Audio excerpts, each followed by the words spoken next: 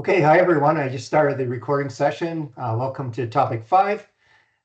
This is pretty significant of a subject, and I hope by the time that we finish this session that you'll really get a sense of, why are we looking at improving operations when this is really a course in management principles. But the whole idea is management principles are there to be able to improve operations. So, we'll get into that as we go forward. But here's where artificial intelligence is going to play a really big role, and I've got a few stats to share with you around that. And this is why you really need to get ready, for this part of your management journey. If you plan to do anything in management, going forward. So let's just start with the test. So the test starts tomorrow morning at 8 a.m. and it'll run till 11 p.m. Tomorrow night. And the key is, please test your device and your webcam before you start the test. So if you run into any problems, you can solve that. Again, there's a lot of information, on the navigation panel in Blackboard. You just take a look under lockdown responsives, and you can find out a lot more about what you need to do. And some of that information already is on announcements on Blackboard.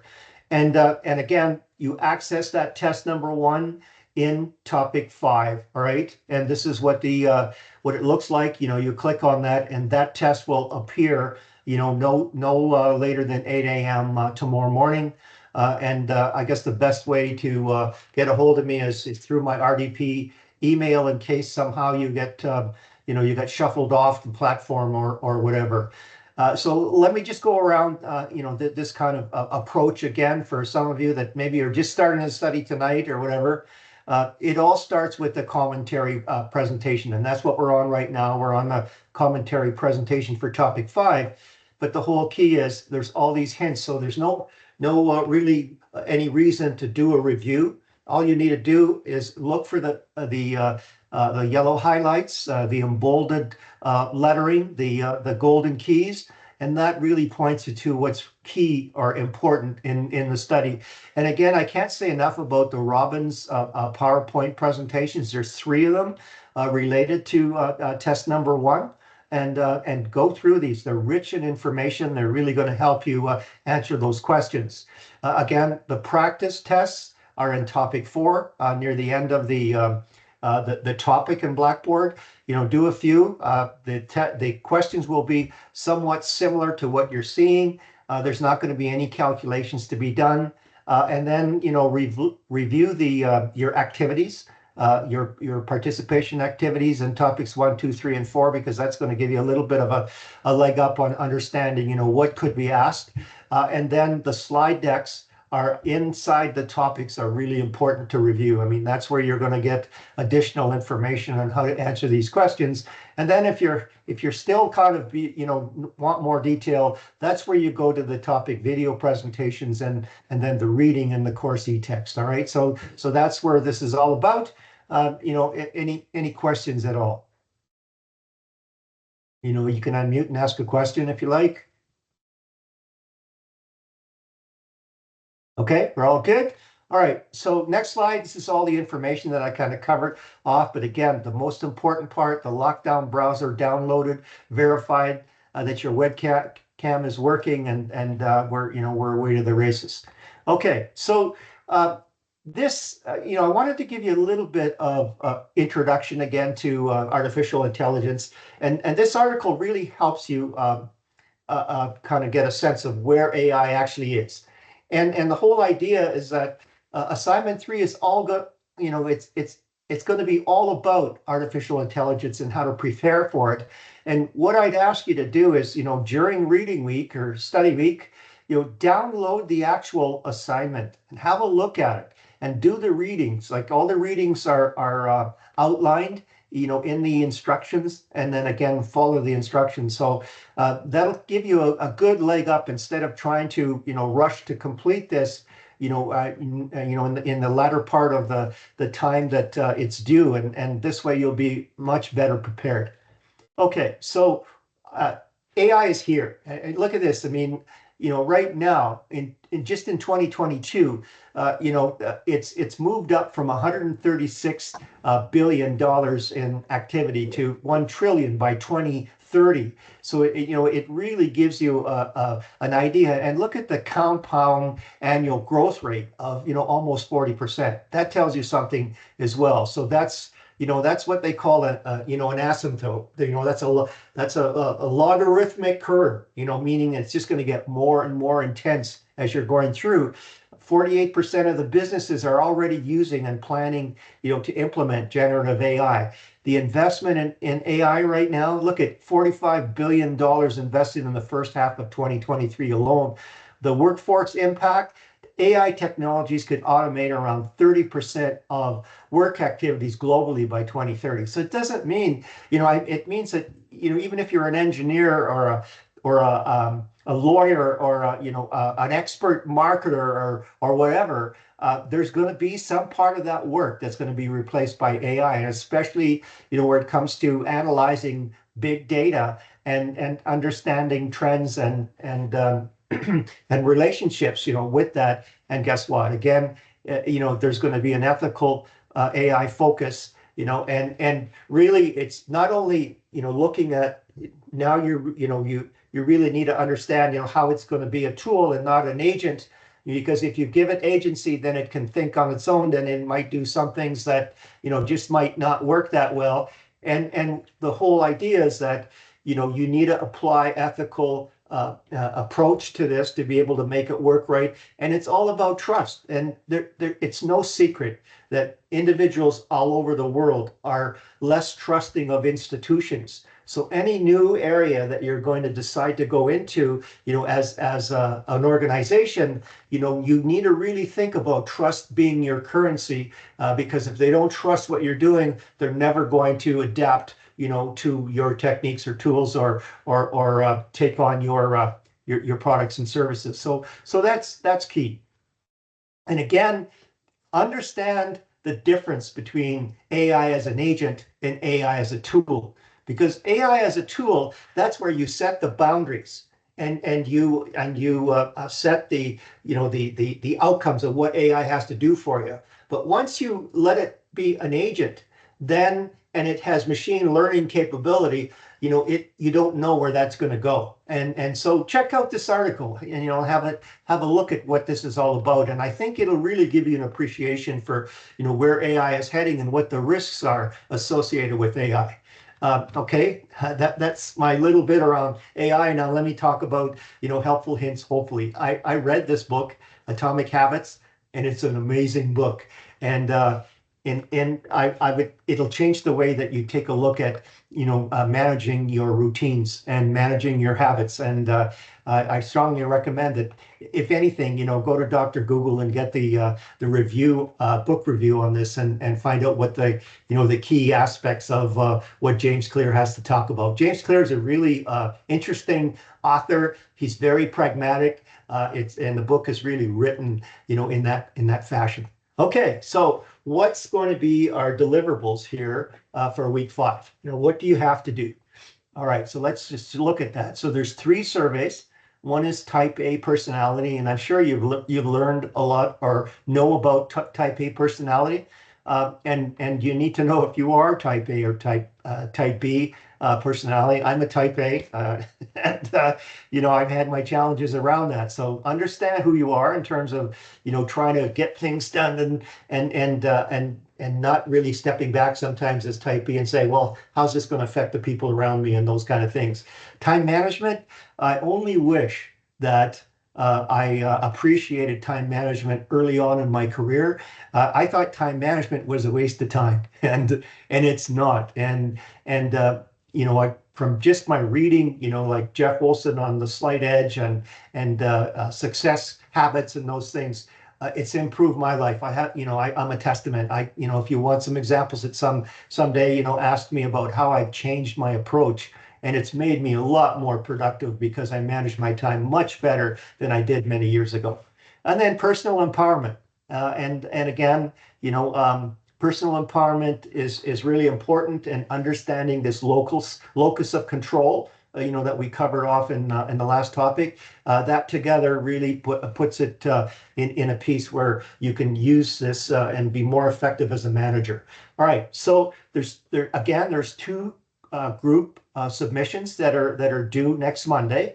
And the first one, you're going to build a basic gingerbread house. And I'm going to give you all the information in this particular topic to be able to build that. And not only that, I'm going to show you some different calculations as well when we get to 5B, where we need to talk about the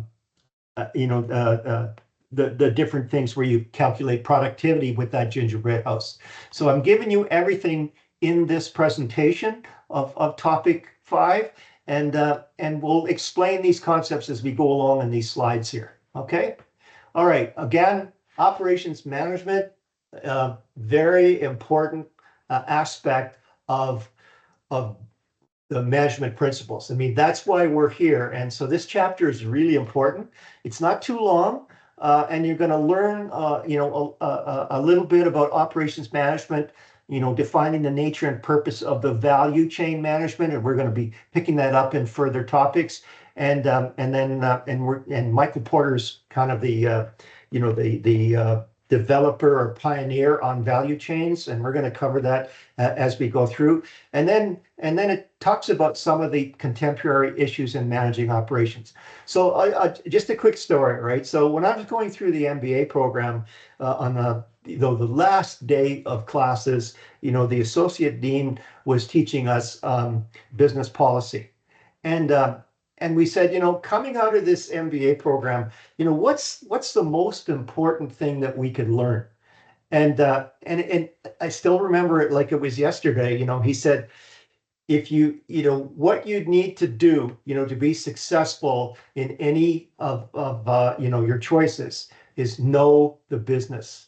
Know the business. We have, as MBAs and whatever, we have all these fancy tools and that. But if you really don't know the business, how it works, if you don't have a sense around systems thinking and critical thinking and strategic thinking around the aspects of that business, you'll never be, totally successful. And that's why, I'm introducing you to, the operations management. And really, this is just a taste of it.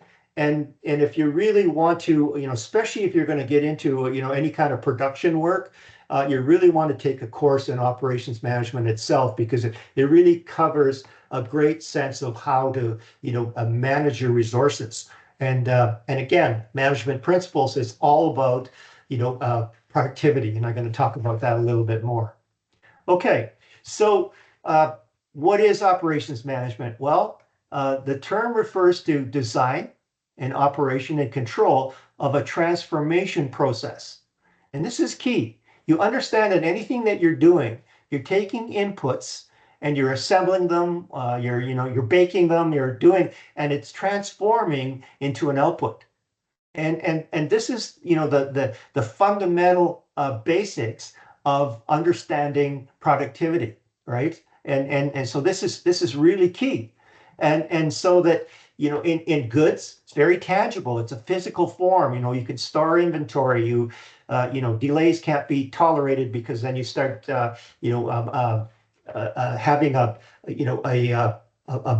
break in what's going on, or a bottleneck, and you have to deal with that. And then services, 10 years ago, were very intangible. But in today's world, with virtual reality, with simulations, you can actually show, a customer what that service is going to look like. You can't guarantee what it's going to look like, but you can show them what it's going to look like. And that's come a long way, right? And so that the ownership of the service is not transferred to the customer. It's the actual, the outcome that's transferred.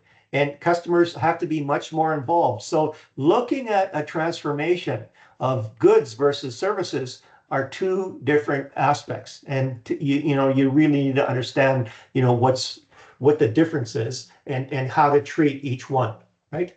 And really where we're at right now in the continuum of management philosophy and management principles, we're around the classical period, right? Different perspectives influence the roles of managers today, and then this is why I will ask you to go through this one presentation that was it's a Robbins that I elaborated on. It has all the theorists and the theories in that piece, and there's a reference to that at the end of this topic as well. All right, and it's an addendum chapter in the Robbins text, and we'll get to that reference.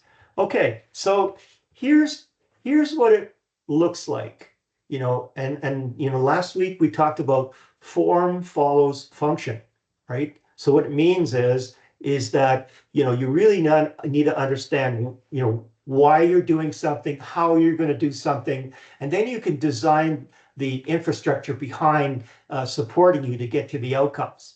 And so you think of it as an onion. You start right here. So here's the function. What are you doing? Why are you doing it? How are you doing it? When are you doing it? And then you start seeing certain areas of the structure. So the structure will be accommodating the effectiveness, the productivity, the efficiency of what you're going to do. So that's where the first layer starts, as a structure. But now when we get into production operations or operations management, layout becomes very important. That's all part of the structure, all right? So I've told as a story, I sat down with a few people in hospitality that were chefs, at a instructor's function. And they were saying that, one chap said, well, our fridge with the sauces was downstairs in the restaurant. That's not good layout. He said every time they go down to get a tray of sauce or whatever, it would spill on the stairs, and then people were slipping and it wasn't safe. So, that fridge should have been in a strategic location in the kitchen area so that they could be a lot more productive. So that's what layout is all about. And then the process, the workflow, the policies, the operating procedures, it's still elements of structure. So it's not just, chairs on the ship, it's how the chairs were placed and how the chairs get repaired and how people get seated on those chairs. So, and then right at the end, what gets measured gets done. It's the metrics, and that's what drives, the key performance indicators that drive what the targets, where you're going to achieve the targets. So this is a really good thing. And what form is, it's doing the right things right? Because you could be doing things right, but they're probably not the right things to be doing. So you need to do the right things right. And that way, you get efficiency and effectiveness, as you go through that. So here's a quick rundown of all the things that the functions of operation management bring in. I can spend an hour on this slide, so I'll try to be really quick, right? Okay, so forecasting. Forecasting can make or break a company. If you forecast that your demand is going to be high and it's low, you're stuck with all this inventory and the cost of inventory. If you forecast and you forecast a low demand and it's high, well, then your customer satisfaction just drops and they go somewhere else to get that product, and sometimes they never come back, right? So forecasting is key. Capacity planning gives you economies of scale, so that you want to get your average unit cost down to the best optimum cost, because then you can make good profit and you can provide value for the price. Scheduling, market timing is just key. Quality assurance, well, Edward Deming says, if you focus on quality, your costs will reduce. But if you focus on cost, chances are you won't get to quality. And the more that you can get to quality, that translates into customer satisfaction, that translates into customer loyalty, and customer loyalty you can take to the bank, right? And just look at this managing inventory. I get back to this statistic all the time. It can make up 35 to 65% of your product unit cost. And that's working capital. That's money that's in the system that could be going the profitability to shareholders. It could be going to better investment. The location of your facilities, lower cost, increased customer satisfaction and more profitability. Buying materials, well, supply chain now in today's world is everything comes out of a supply chain, and you can really be a lot more effective, throughout supply chain and then facility layout, like I told you. So again, and again, employee motivation, where management principles really come to fruition on the behavioral side, where you get productivity, fulfillment, employee satisfaction. So these are all the aspects of operations management that you can draw from. And that's why I'd recommend that, especially if you're going to get into any kind of a production type operation, get a lot more education around what operations management can do for you. Okay, this slide here, it really gives you a sense of Canada on goods versus services. So if you look, in the 1950s, this made up, the gross domestic product or the employment, per percentage of where people were working in Canada. So 80% were, in products and services. Products. And as time went by, look at where services are now compared to, Canada is not really a manufacturing center. China is the manufacturing plant of the world, basically. So Canada is a service economy. And that's really kind of let you focus on, if I'm going to have work in Canada and I'm going to be working with artificial intelligence, it's likely going to be in the service sector. All right.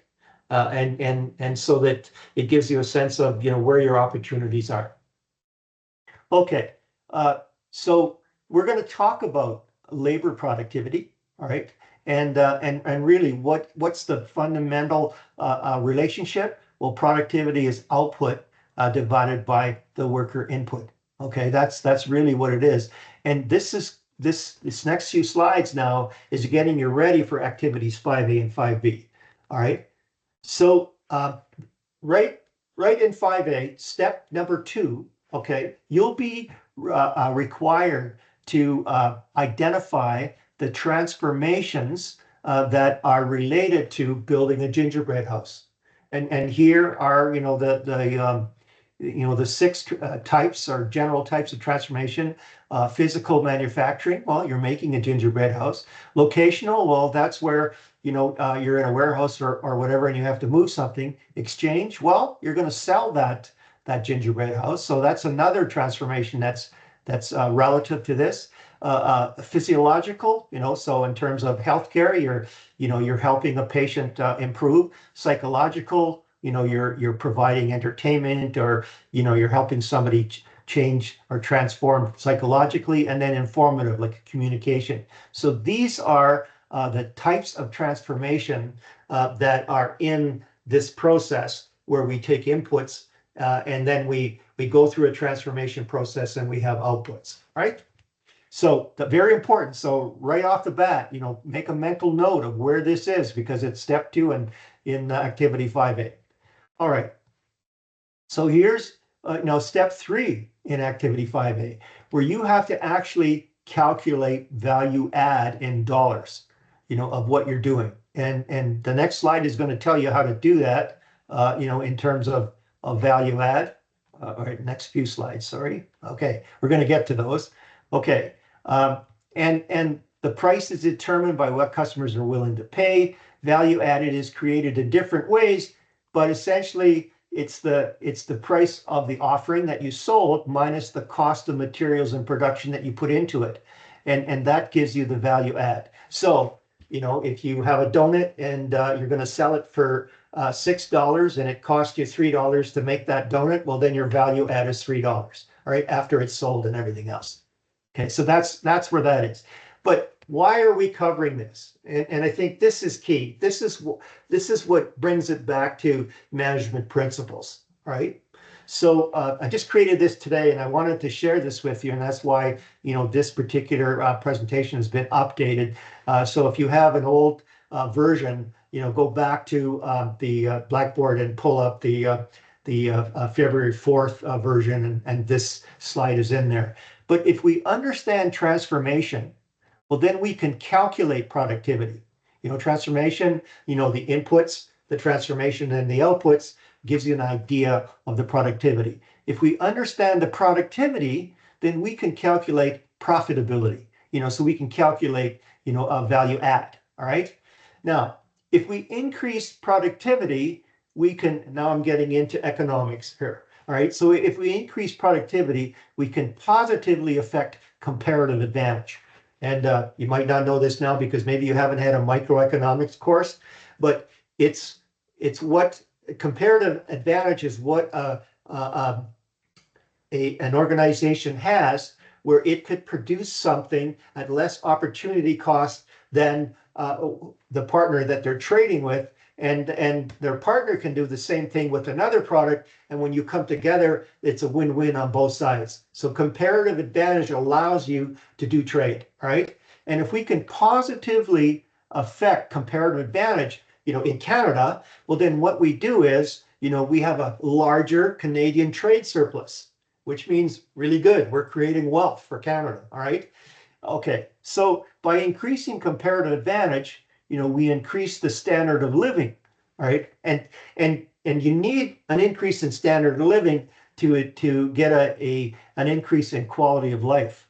So you see how this all comes together?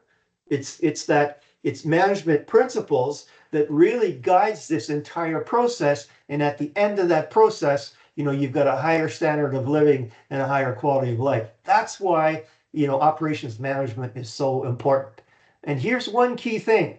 What this little graph shows you is that, since 1961, the Canadian national productivity has been declining, right? So that's a key issue. That's what's going to drive, the pressures on you to be able to get to new heights in productivity. Because if our national productivity is lowering every year, it means our standard of living is going to drop, which means that we won't have as much and we won't have the means to be able to have a good quality of life. And all this is guided by management principles. So that's the story, and I'm sticking to that. All right.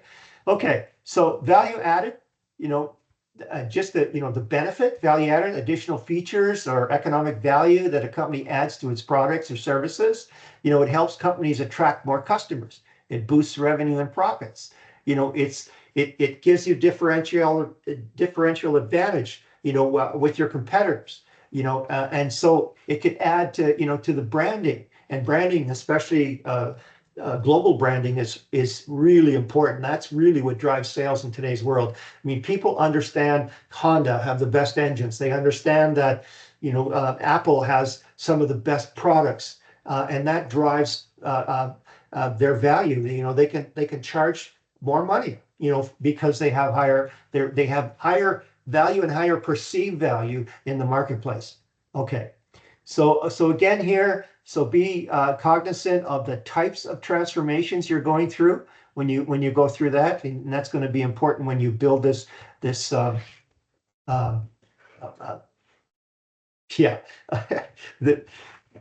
gingerbread house. And then here's simplified. All right. So what do you have? You have inputs, and you have a process for transformation, and you have controls on that: instructions, procedures, metrics. And you have enablers, resources, skills, knowledge, and then you create an output. So this is the key. And then how do you manage this process? And how will you manage this process 10 years from now, when you have additional resources and tools, from artificial intelligence. So this is the way it's going to go. And how do business improve productivity? Well, the profits can increase without inflation. Employees can receive higher wages. Companies can offer more competitive prices. And what is productivity? It's all about people plus operations variables. And if you could manage, people better, and you manage resources better, well, then you've got a winning formula for, better profits and whatever. And so now we come into some terms again, and you notice that this is highlighted. So, you really should know what division of labor what it is. And it's a separation of work processes. And I think the most ideal way of showing you that is, is the assembly line on automotive, right? So each technician has a different function that they have to do, and it's broken down into a smaller piece. And that separation of work processes in a number of tasks. It's like each task is performed separately, and what happens is you can have higher efficiency, and again you have higher level of quality, and overall then you could produce something of higher value at lower cost. Okay, and so knowing what division of labor is, breaking up production process in small tasks so that each worker performs a small portion of the overall job. All right, so that's where it goes. But division of labor, which really accommodates specialization, look at all the benefits: increased efficiency, higher productivity, innovation and improvement. The reaching of economies of scale, and what that gives you is a lower unit cost to be able to make more profits. Interdependence. So when you have this, you can perform tasks and in a way that fosters collaboration and trade, and then skill development, because now you can have specialization of skills because it's a known entity of what you need to do, and the worker gets better and better at it by experience and learning specific knowledge about that one operation that they're in charge of. Okay, so that's where we kind of we're going to switch gears just a little bit. So any questions so far? You can unmute, or you can, I'm looking at chat, you can type me a message.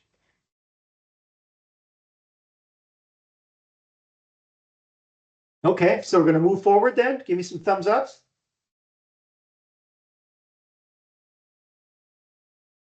Okay, great, thanks. Okay, so we're going to talk about creating a process flow diagram, and that's one of the deliverables of participation activity 5A. All right, and so I wanted to really give you a sense of why are we doing this? Again, it's to improve our capability. It's to make our management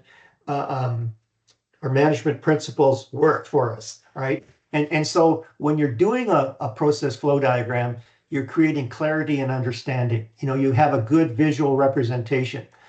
You can improve communication because you'll get better collaboration, and then people can see what's going on. You can do process analysis and get to root causes, and then you can do process improvement, and then you can use this for training and bringing on new employees. You get compliance about what maybe there's some standards that you have to meet, and accountability. It's better decision making and project management. Right, that's all I'm going to tell you about this, but I'll give you my personal experience. Right, so one of the major projects I had when I worked for TELUS, when I was director of operations, we did a business process improvement for the entire service delivery process in the entire province of Alberta. Right, and we had this process, like 1,200 people, $60 million a year of operation and maintenance. And we actually improved that process such that, we trained people on how to do process flow diagrams, and then how to use those to be able to get to root causes of what's going on and how to improve things. And so what we did was we brought 60 people, into a room in Edmonton for 3 months. We trained them how to do process flow diagrams. We trained them how to do project management. And lo and behold, over 2 years, in some areas of the process, we saved 40% in savings in terms of cost, because we improved things. And in other areas, no less than 20% savings. So I'm a testimonial that process flow diagrams are of absolute great value, right? So it's one of the better ways of really testing a business process to be able to come up with maybe better management principles on how to make that process, much more efficient and effective, and get down into better economies of scale and all those other good markers of good production. Okay, so let's get into this creating a process flow diagram. And this is now what I'm doing here is I'm giving you some instructions to follow to make it easier to be able to understand what you need to do. All right. So what you're going to need to do is determine, and what are we doing then? We're building, we're building a gingerbread house. Okay. So you're going to determine the main components of the process. What are the steps? And lo and behold, okay, here's the steps. I'm giving you the steps right here, right? So use these steps in building that gingerbread house. All right. And then you're going to order those activities.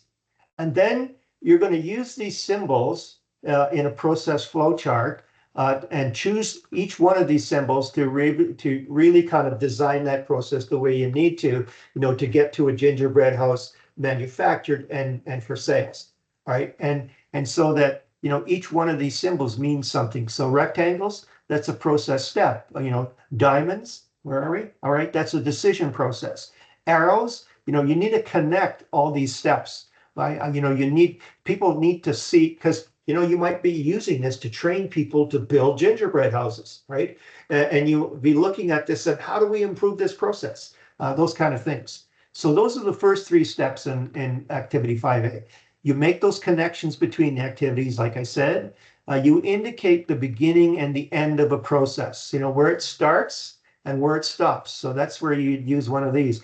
And then you review your business process diagram and step back and review the flow chart, ensure that it actually represents that process, and you check for missing steps or unclear connections or those things. Here's the steps that you can use. And you know what? It's a recommendation. If you find some better steps that you want to input, I'm fine by that. But I'm trying to make this like paint by numbers easy so that you can really get into the essence of making that process flow diagram and then really getting an appreciation for what it can achieve. So here's an example. All right, this is an example. So here's it shows when the decisions are made. It shows what you're going to do. You want to go to lunch, but you're going to have to review the menus, decide what place, and at the end of the day, you're going to wait for the food to arrive, and then you're going to eat it, and you're done. Okay. Well, actually, maybe there should be another step in there. You're going to pay for it. Okay. All right. So what you're doing then is that you're creating this business flow diagram. You're going to use these particular symbols to be able to do that. And then you're going to identify the inputs and outputs for the production. So, like in a sequential way. And then you're going to identify the value added. And I'm going to show you how to calculate that as well. And then you're going to identify the types of transformation. And this particular one, I'll give you a hint. There's two transformations, that are, physical and exchange because you're selling it. All right. Okay. So that's where you do that. So let's look at the actual piece. So you utilize the format, all activity type designations, and this is where you do the flow diagram. And please, I don't want this hand done. Use any kind of software that you can get your hands on. That's fine, but at least it allows me to be able to really see this in a drawing while I'm marking this, and rather than trying to figure out, what are these little jiggles and on the hand drawn, mean and stuff. So you're going to do that. The next one is you're going to identify those types of transformations, and the next one is you're going to calculate the value added. And I'm giving you all the inputs in terms of costs and whatever to do that. Okay. All right. On 5B, then you're gonna have to calculate labor productivity, and that's units of output per labor minute, value of output per value of labor, and then create material productivity. So two main productivities, and this is key. And what you do with productivity numbers is you use different aspects of the productivity calculation to understand, well, this is the labor part, and how can I make this better? Oh, this is the material part, how can I do better volume buying, or change the process to be able to use less waste, or those kind of things. All right. And so for all you people that are a little bit math challenged, don't worry. I've got some calculations of an example that is similar, but not with the same numbers, so that'll help you get to the outcomes that you need to for 5B, okay? All right, so here's another, this is an example in slide 37 of your slide deck in topic 5, to really get a sense of, what a process can look like, to get to the end, all right? Okay, and just so you know, sometimes you have what they call concurrent steps. Those are simultaneous. So you can see that these steps are in parallel, with each other, and so they're concurrent. They're happening at the same time, right? So that's a possibility in doing flow charts as well. Just so you know that. And so I wanted you to get a sense of what that is, and what I'm going to give you now to be able to calculate, your labor productivity and your material productivity. You use these numbers. So you're going to sell a gingerbread house for $3. The only ingredients that you're going to use are 3 graham wafer crackers at 10 cents each and 1 juju candy at 1 cent. And then the labor minutes for one person to create a gingerbread is 33 cents a minute. All right. And it's going to take them 2 minutes to build that gingerbread. So this is all the information that you need to calculate that.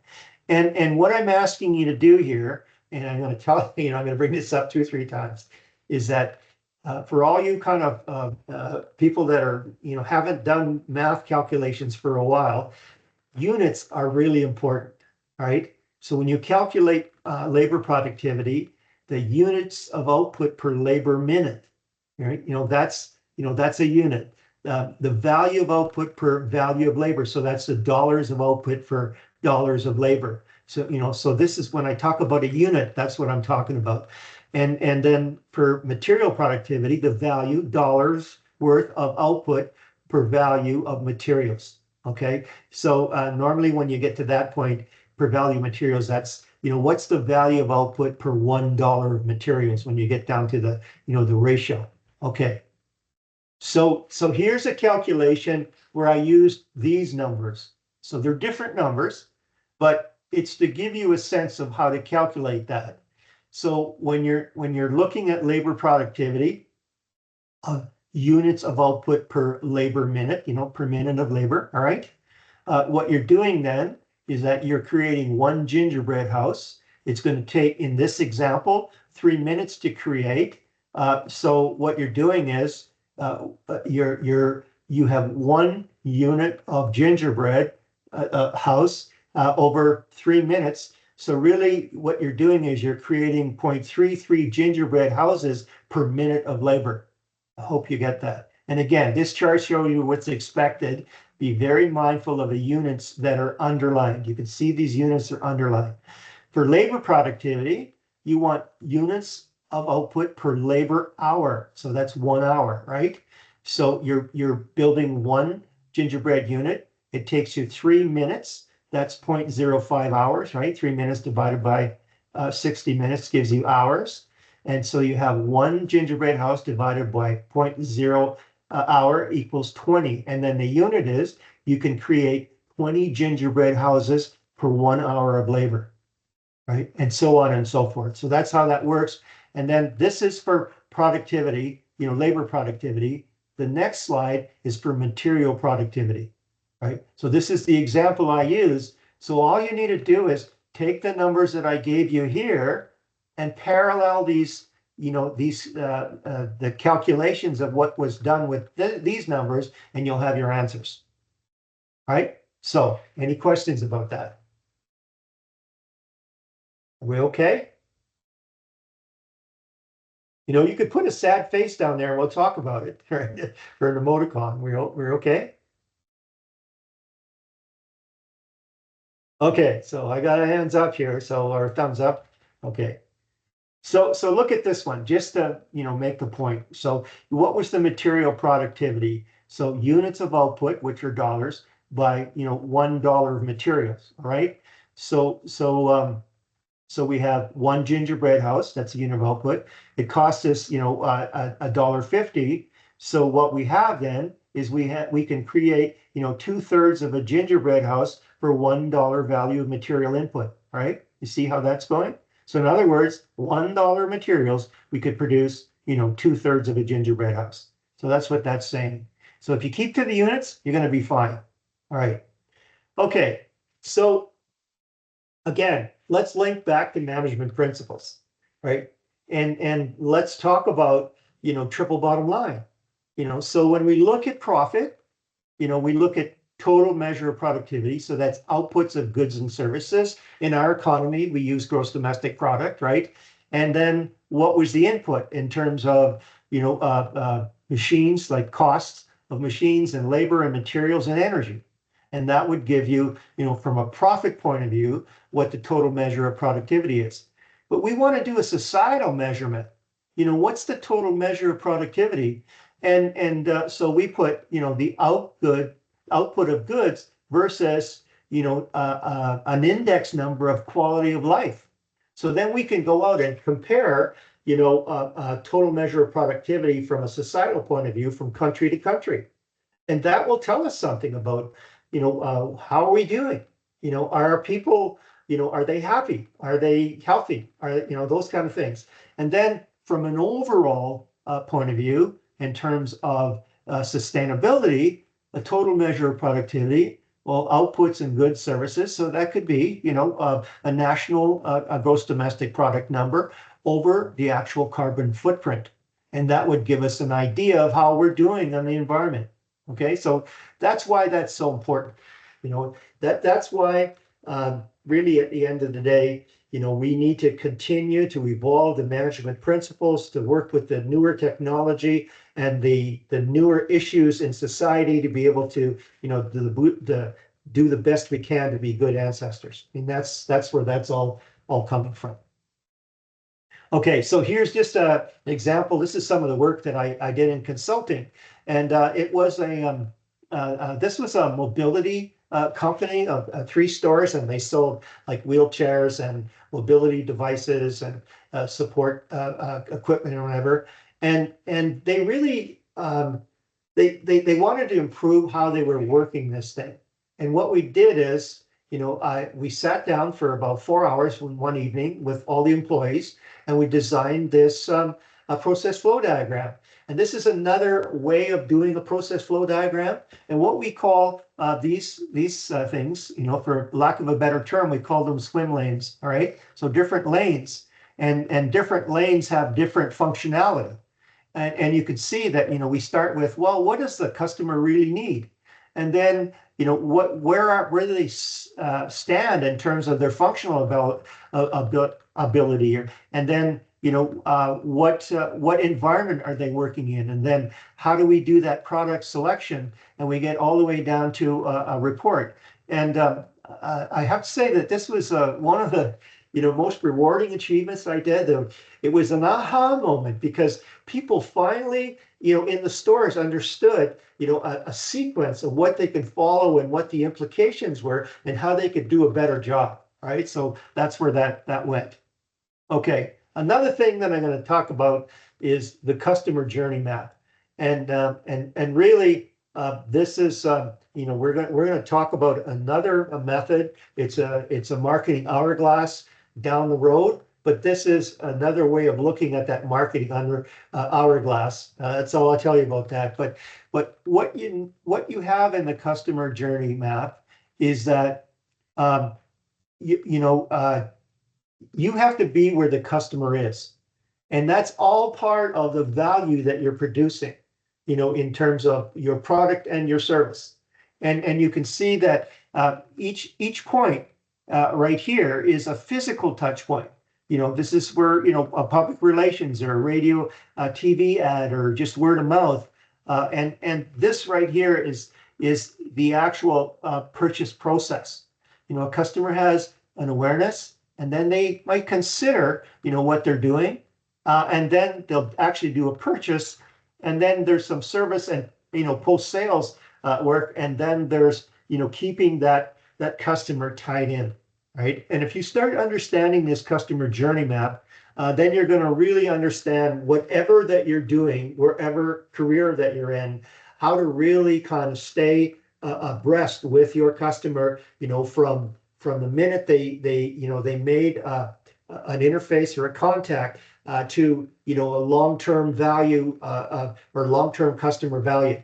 All right, and the more that you get this customer journey map, the more that you'll be able to improve customer long-term value. So what do I mean by customer long-term value? So let's say that you have again, a donut shop, right? And a person comes in, and in that donut shop, you sell cakes and bread and everything else. And a person comes in and buys a $6 cake, right? Now, if you don't make an approach and engage that customer, they're going to leave, and in that year, you'll have made $6 from that customer. But if you engage that customer, and then you say, hey, that we have different sales, and if you leave us your email, we'll put you on our newsletter or whatever. So what it has then is that customer is going to keep coming back. So that customer might spend $200 a year in your bakery and your donut shop, and then over 10 years spend $3,000. Well, that's long-term customer value. And if you understand this journey map, then that's really going to help you get to where you need to go. Okay, and that's all part of making things productive and making the experience productive for the customer. Again, I talked a little bit about there's a different focus on productivity.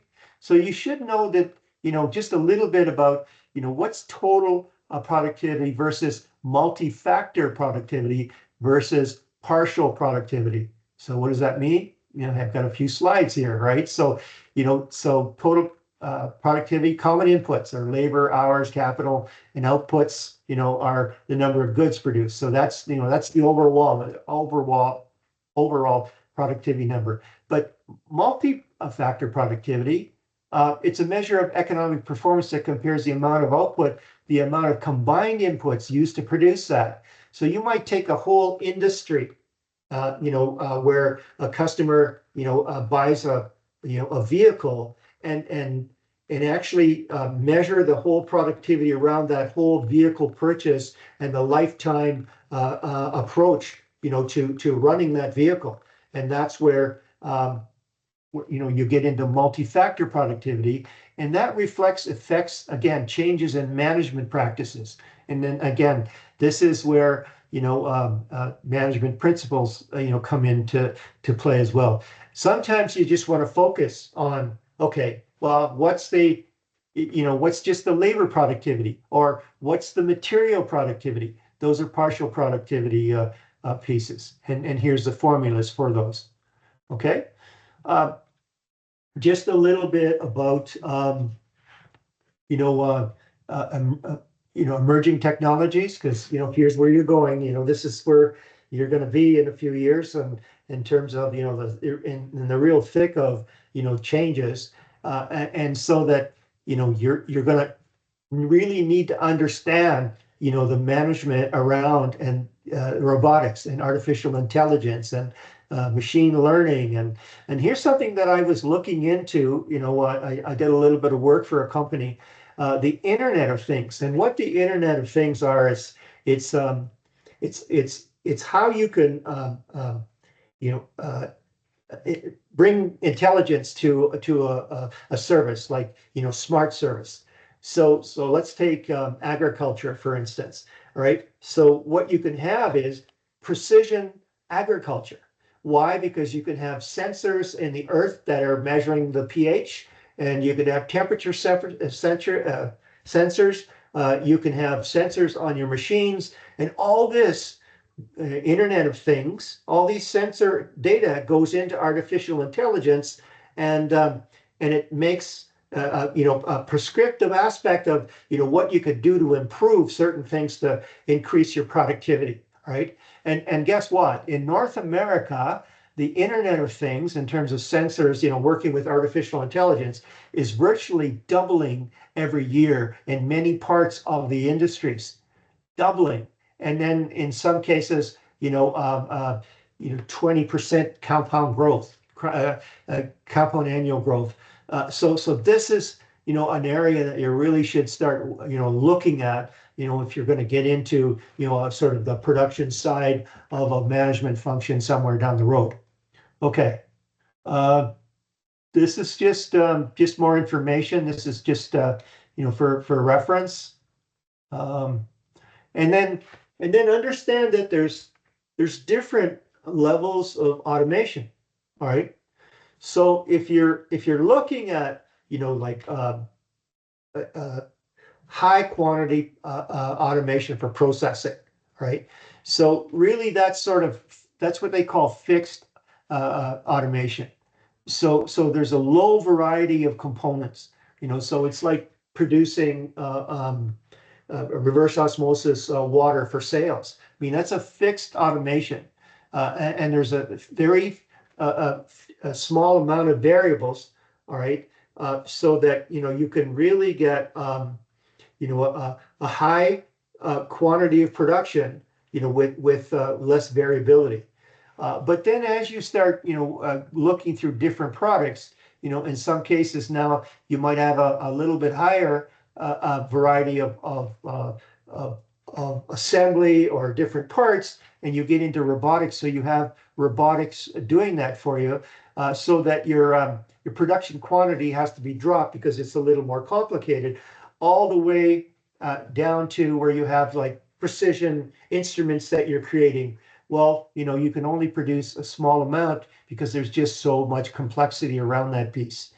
But again, this is really changing with artificial intelligence.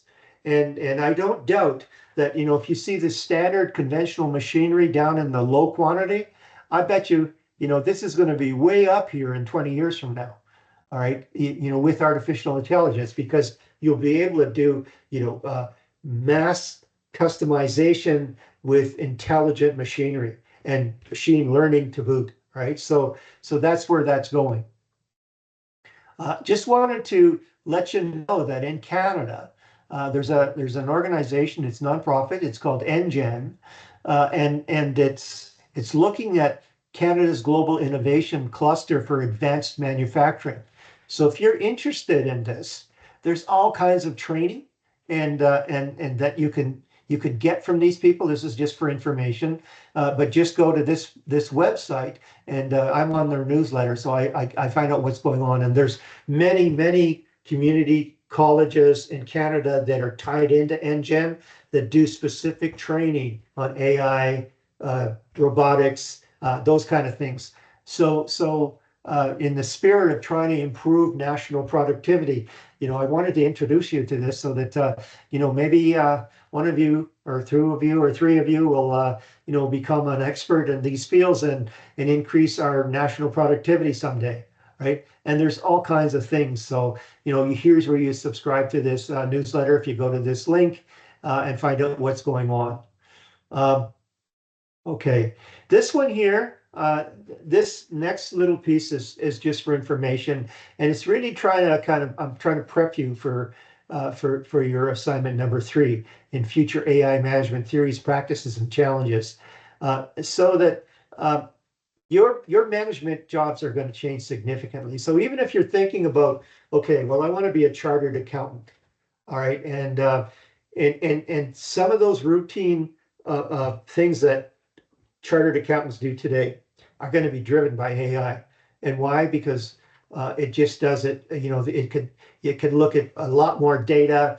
It could do it in a fraction of the time, like a minute fraction of the time.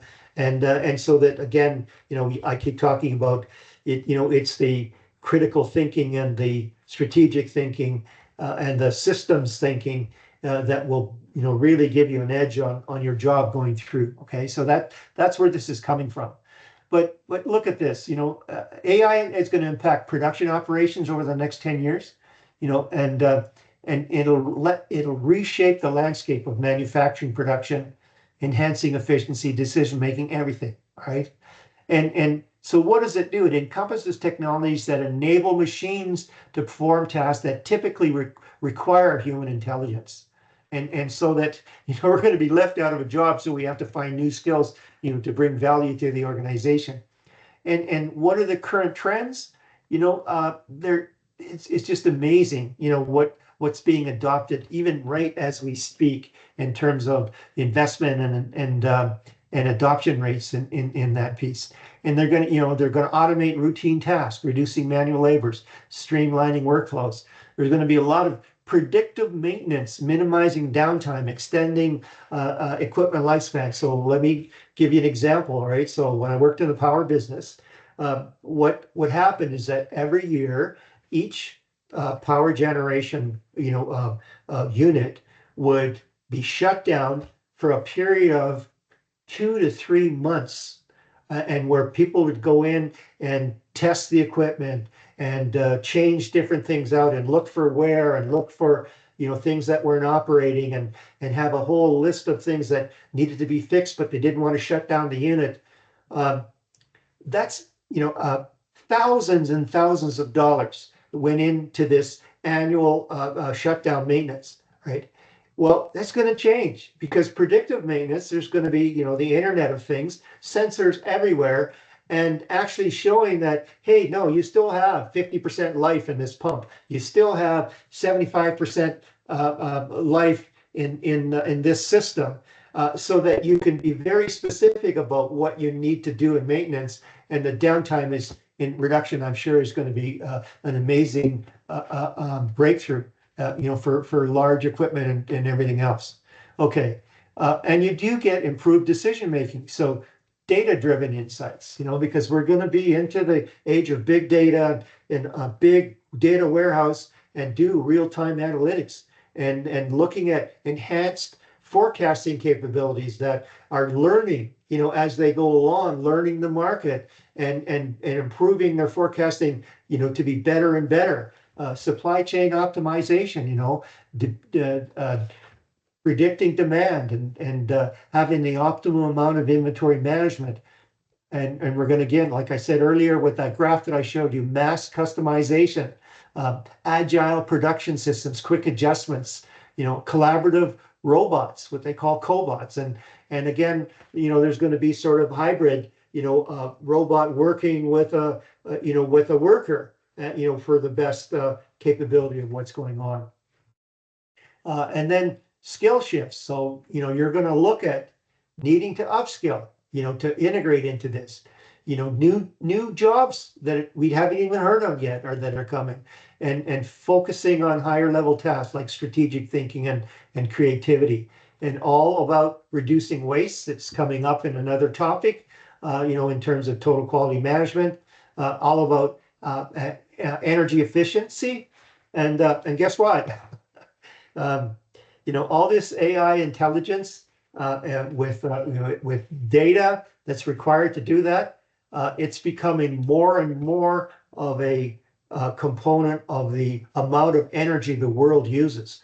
It's going to get to the point where it's going to be like 40% of the energy is going to be that we're creating in terms of electricity, say, is going into data storage.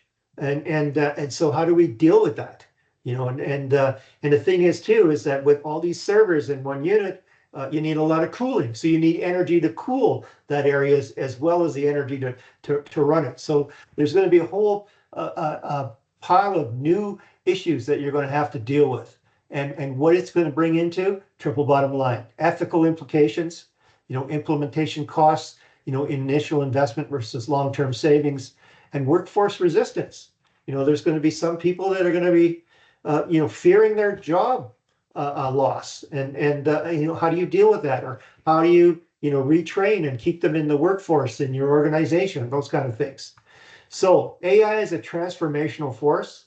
We don't know how that's going to really go, but it depends on you as a leader, as the new leaders of the future, to make sure there's an ethical component and really understand AI as a tool versus AI as an agent, where that agency can then turn sideways on us because they learn so much, and they learn how they can drive humans rather than humans driving the AI, and then all the strategic aspects of implementing that are required. We'll have to, as organizations and people, adapt to to leverage those benefits, right? So that's where that is.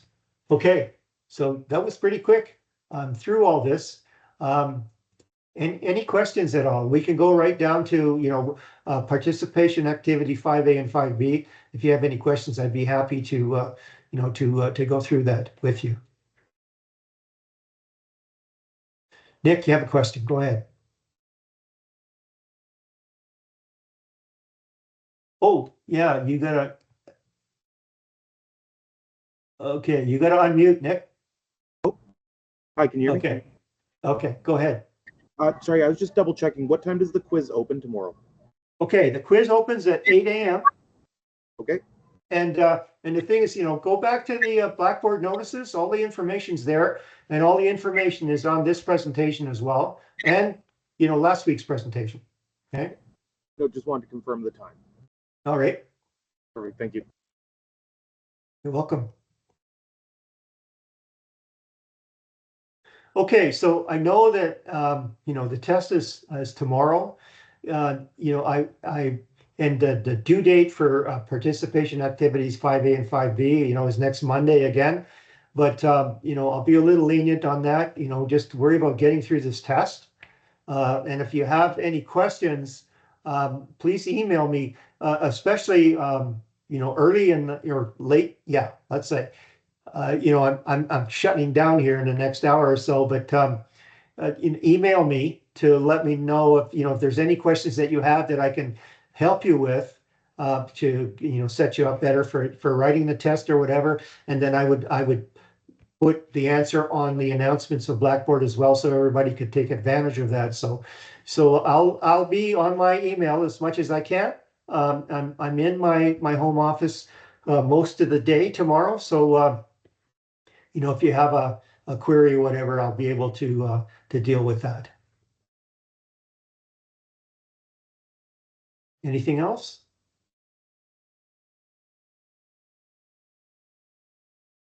We're all good? Can I see some happy faces or thumbs up? Yes, sir. Thank you. All right. Okay, so we'll call it an evening then, and go to that sequence that I gave you on how to study for this, and I think it'll serve you well. Okay, I'm just going to shut the recording here.